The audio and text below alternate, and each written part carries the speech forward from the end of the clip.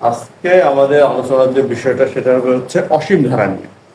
আমরা ধারার যে আলোচনাটা করে আসতেছি, আমরা সেখানে ধারাবাহিকভাবে কি কি আলোচনা করলাম? সমান্তর ধারা, গুণোত্তর ধারা, আর আজকে আমরা আলোচনা করব তারই ধারাবাহিকতায় অসীম ধারা।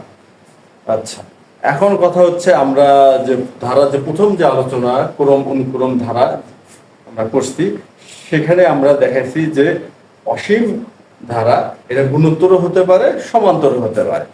কারণ ধারার যে ধারাবাহিকতা আছে সেখানে আমরা দেখছি যে অসীম ধারা যে কোনো একটাই হতে পারে, গুণোত্তর হতে পারে, সমান্তর হতে পারে। কেননা যে ধারা নির্দিষ্ট সংখ্যা আমাদের জানা থাকে না বা নির্দিষ্ট পদ নাই, সেটাই হচ্ছে অসীম ধারা। যেমন 3, 4, 5, 6 ডট ডট 2, 4, 8 এই দুটি ধারা। এখন এই দুটি দেখি, এটা হচ্ছে আমাদের সমান্তর ধারা, আর পরেরটা হচ্ছে আমাদের গুণোত্তর ধারা। এখন এখানকার শেষ পথ আমাদের জানা নাই, ডট ডট দেওয়া আছে, অর্থাৎ শেষ পথ অজানা। যদি শেষ পথ আমাদের জানা না থাকে বা শেষ পথটা কি হতে পারে সে সম্বন্ধে কোনো ধারণা না পাওয়া যায়, সেক্ষেত্রে আমরা কি বলতে পারি? অসীম ধারা। এই দুটি আসলে কি? অসীম ধারা। পদ সংখ্যা অনির্দিষ্ট, পদ সংখ্যা অনির্দিষ্ট।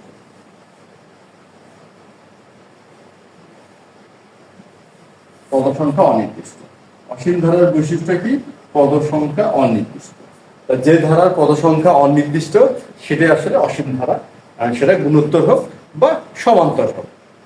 আজকে আমাদের আলোচ্য বিষয় হবে অসীম গুণোত্তর ধারার সমষ্টি।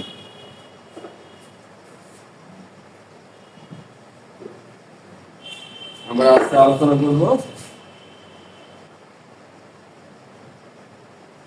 অসীম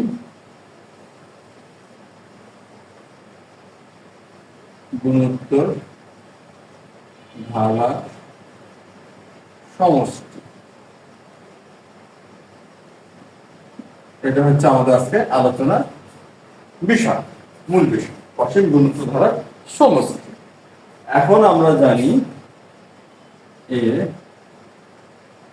আর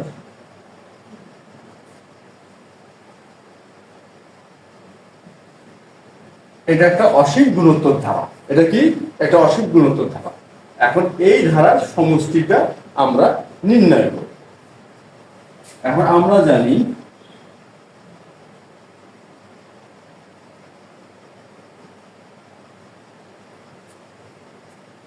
যে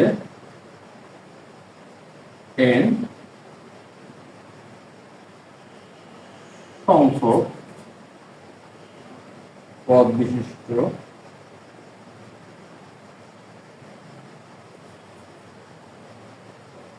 গুণোত্তর ধারার সমষ্টি।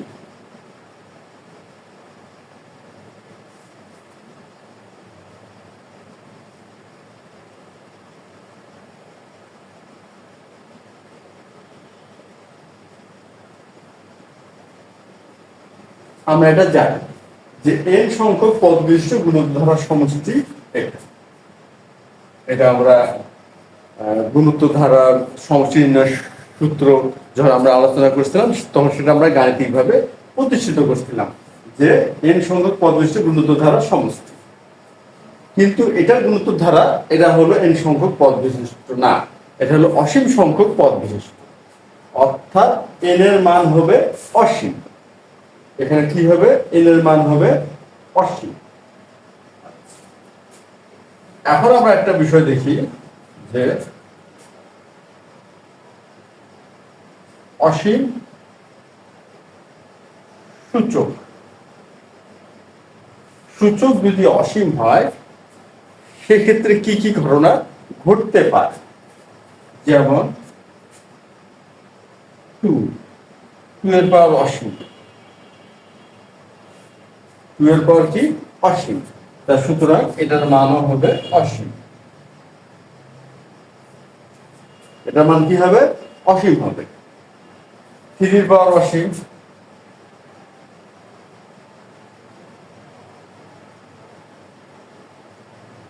থ্রির পাওয়ার অসীম, এটারও মান হবে অসীম।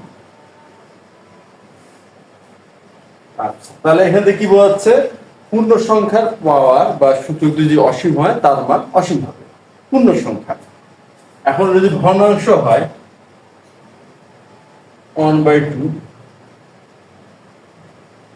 পাওয়ার অসীম, এখন এই ক্ষেত্রে কি হতে পারে, এই ক্ষেত্রে কি হতে পারে, 1 কে অসীম সংখ্যকবার গুণ করলে 1ই হবে, তাহলে 1 হলো, আর 2 এর পাওয়ার অসীম হলো। 1 কে সংখ্যকবার গুণ করলে 1ই হয়, আর 2 এর পাওয়ার অসীম হয়। আর আমরা তো হয়তো জানি কোন সংখ্যাকে অসীম দিয়ে ভাগ করলে ভাগফল শূন্য হয়। কোন সংখ্যাকে কি হয়, অসীম দিয়ে ভাগ করলে ভাগফল শূন্য হয়। কেননা আমরা যদি ভাজ্যটাকে ঠিক রেখে ভাজককে ক্রমাগত বৃদ্ধি করতে থাকি, মানে অসীম পর্যন্ত বাড়িতে থাকি, তাহলে বলা যায় ভাগফলটা কমতে কমতে শূন্য হয়ে যায়। অর্থাৎ বিষয়টা কি দাঁড়ালো, বিষয়টা দাঁড়ালো এরকম যে 1/2 এর পাওয়ার অসীম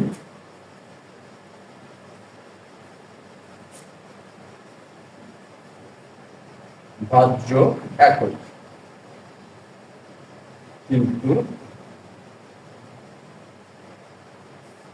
ভাজক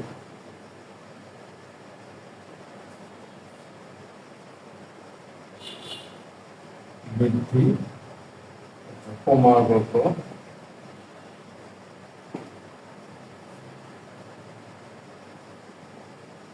বৃদ্ধি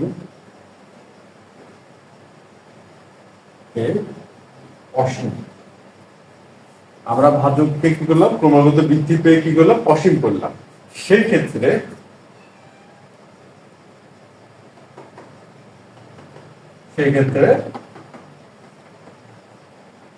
ভাগফল হবে শূন্য। ভাজক যদি আমরা বৃদ্ধি করতেই থাকি, আমাদের এই ভাগফল কমতে থাকে। আর ভাজক যদি বৃদ্ধি করতেই থাকি, সেক্ষেত্রে কি হয়, ভাগফল কমতে থাকে।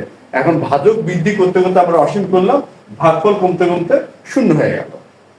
এই হচ্ছে আমাদের অসীম সূচকের একটা ধারণা।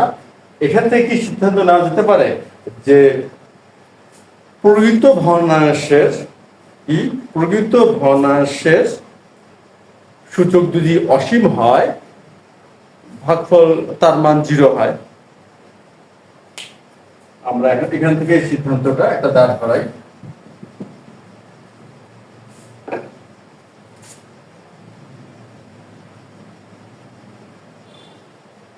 প্রকৃত ভগ্নাংশের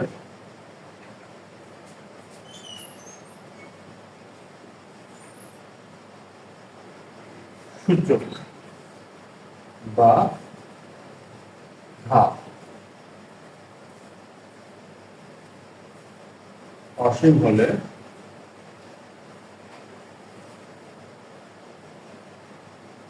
মান শূন্য হয়।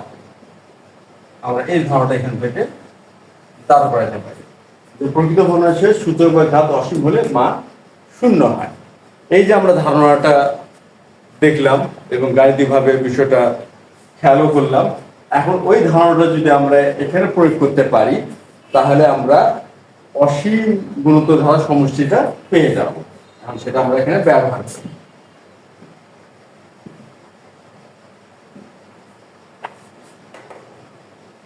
এখানে আমরা ব্যাপারটা কি দাঁড়ালো যে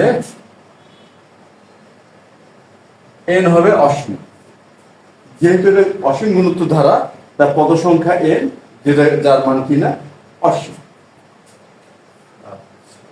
এখন আমরা এখানে দেখি, এটাকে যদি আমরা আলাদা করে নেই এ এ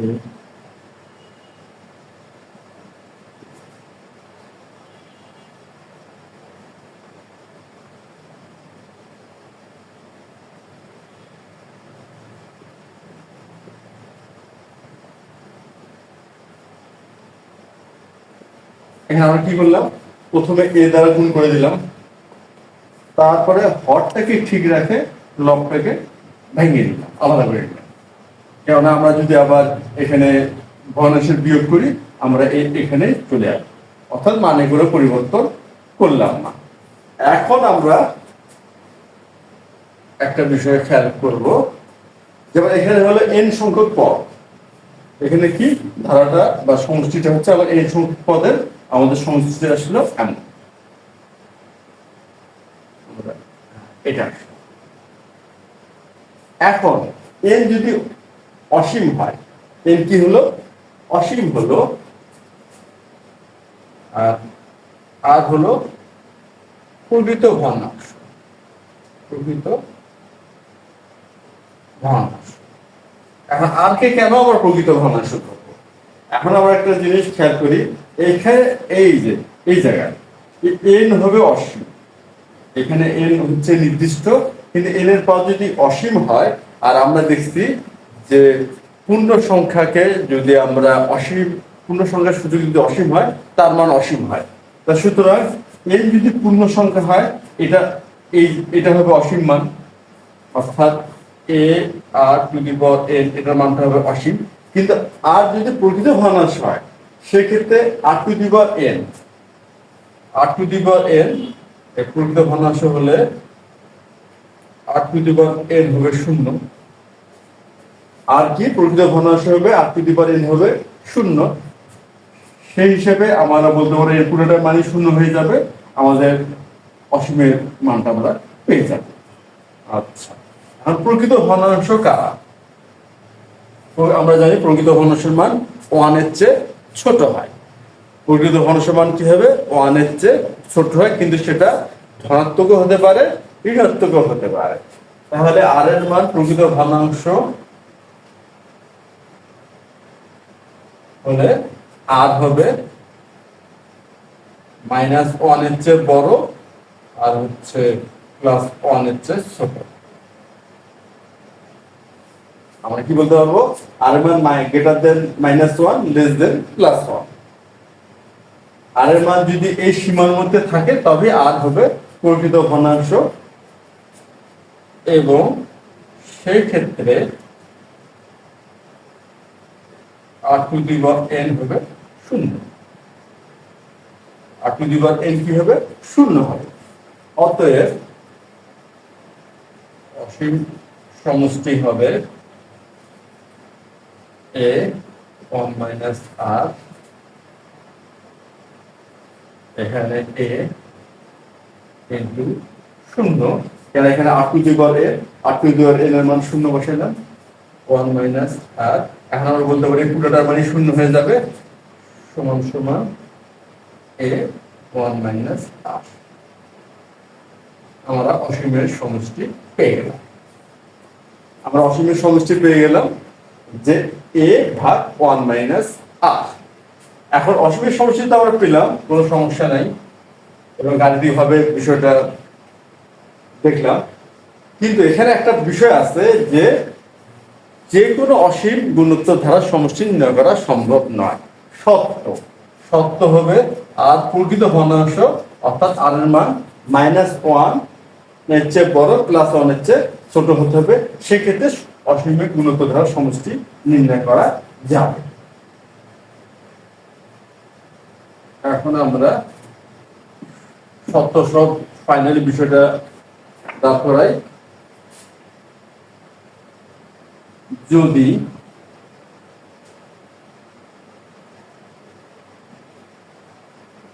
এমন হয়, তবে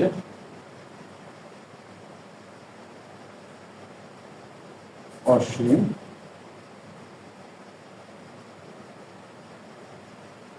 গুণোত্তর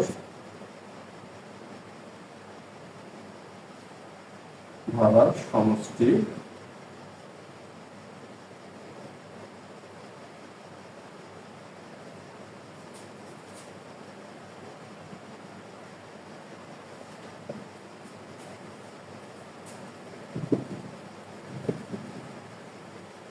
আমরা অবশেষে চূড়ান্ত সিদ্ধান্তে চলে আসলাম। এটা হচ্ছে আমাদের সত্য, এটাকে আমরা কি বলবো? সত্য। সত্যটা কি? আর এর মান হতে পারে প্রকৃত ভগ্নাংশ, অর্থাৎ আর এর মান -1 এর বড় +1 এর ছোট হতে হবে। যদি এটা হয়, এমন হয়, সেই ক্ষেত্রে অসীম গুণিত ধারার সমষ্টি হবে a/1 - r। এ হচ্ছে আমরা জানি প্রথম পদ, আর আর হচ্ছে সাধারণ অনুপাত। এটা আমরা ধারার পূর্বের ক্লাসগুলোতে শিখছি। তাহলে এই হচ্ছে আমাদের অসীম গুণিত ধারা সমষ্টি। তো এখানে কি খেয়াল করা লাগবে, আমরা যে কোনো অসীম ধারা যদি আমরা সমষ্টি নির্ণয় করতে যাই, প্রথমে আমরা আর এর মানটা বের করব, এবং আর এর মানটা বের করে এই সত্যের মধ্যে যদি সেটা থাকে, অর্থাৎ দেখা গেল আর এর মানটা আসলো 2, আর এর মান কি আসলো 2। ধরে নিলাম যে কোন একটা অঙ্ক আমরা করতে গেছি, সেখানে আর এর মানটা আমরা 2 পেয়ে গেলাম। এখন দেখি -1 এর বড় +1 এর ছোট, এই সত্যের মধ্যে কিন্তু এই আর এর মানটা থাকলো না, এই সত্যের বাইরে চলে গেছে, বা তার লিমিটের বাইরে চলে গেছে। যেহেতু লিমিটের বাইরে চলে গেছে আর এর মান, তাহলে এই ক্ষেত্রে অসীম গুণিত ধারা সমষ্টি নির্ণয় করা সম্ভব নয়। একমাত্র এই সত্যের মধ্যে থাকলেই অসীম গুণিত ধারা সমষ্টি নির্ণয় করা সম্ভব। যেমন আর এর মান আসলো 1/3, এমন যদি আসে 1/3, হ্যাঁ, এটা এই ক্ষেত্রে অসীম গুণিত ধারাটি সমষ্টি নির্ণয় করা যাবে। কারণ হচ্ছে আর এর এই মানটা আর এর যে সত্য বা আর এর যে লিমিট আছে তার মধ্যেই আছে। যেমন -1 এর বড় +1 এর ছোট, হ্যাঁ, এই মানটা এই লিমিটের মধ্যেই বিদ্যমান। যদি এই লিমিটের মধ্যে বিদ্যমান, সেক্ষেত্রে অসীম গুণিত ধারা সমষ্টি আমরা নির্ণয় করতে পারবো। তা এই তো গেল আমাদের অসীম গুণিত ধারা সমষ্টি নির্ণয়ের সূত্র, যেটা আমরা গাণিতিকভাবে বিষয়টা নির্ণয় করলাম। তো আজকে আলোচনা শেষের একদম শেষ পর্যায়ে আমরা চলে আসছি। আশা করি এই যে বিষয়টা তোমরা ভালো মতোই বুঝতে পারছো, এবং খুব সহজেই তোমরা যে কোনো অসীম গুণিত ধারা সমষ্টি নির্ণয় করতে পারবা।